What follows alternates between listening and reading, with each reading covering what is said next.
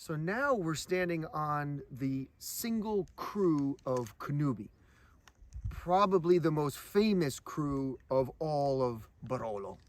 And if you look over my shoulder to the right there, you'll see the town of Barolo.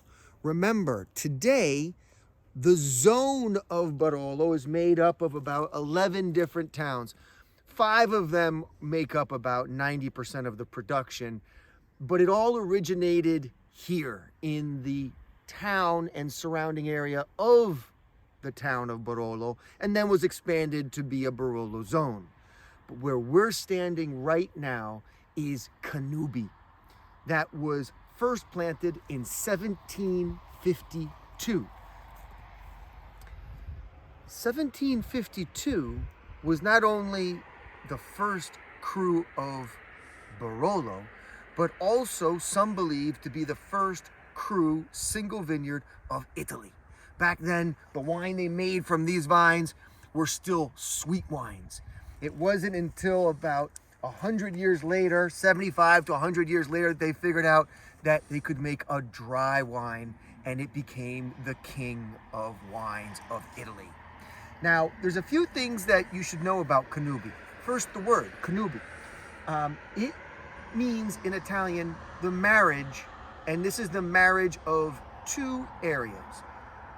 The portion to the west of the Barolo zone and the portion to the east of the Barolo zone. On the west, you have the Tortoniano soil that was created during the Tortonian era, which is about 10 million years ago.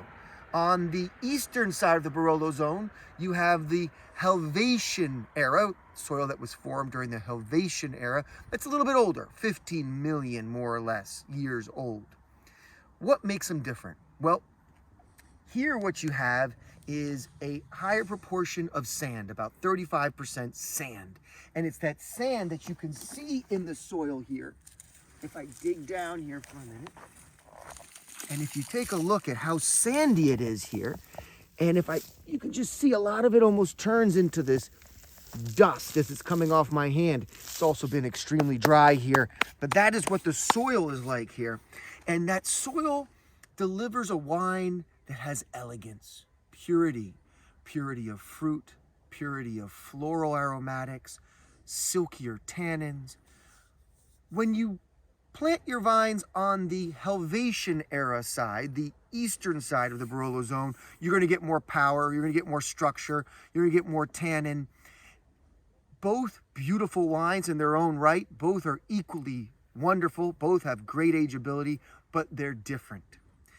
What also makes this area very special is the terracing you can see behind me. Extreme slope. This has a southwest rim exposure, which gives you incredible sunlight, delivering these wines maximum concentration of flavor. So we've now driven a very short distance. We're still in Barolo, but we are now a few hills over, and we are standing in the stunning property of Cerequio, another one of those incredible iconic crus of Barolo.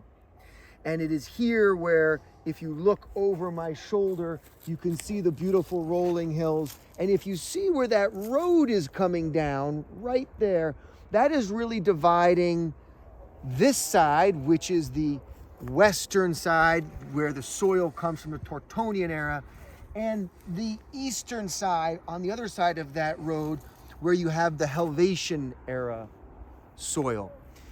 The two villages of the 5 most important villages that are on the western side here are La Morra and Barolo. And we're standing in the vineyard of Cerequio that actually sits in both, partially in La Morra, partially in Barolo. And this one particularly happens to be in Barolo. So what's the difference between Cerequio and Cannubi? Well, as you know, it all starts with the dirt.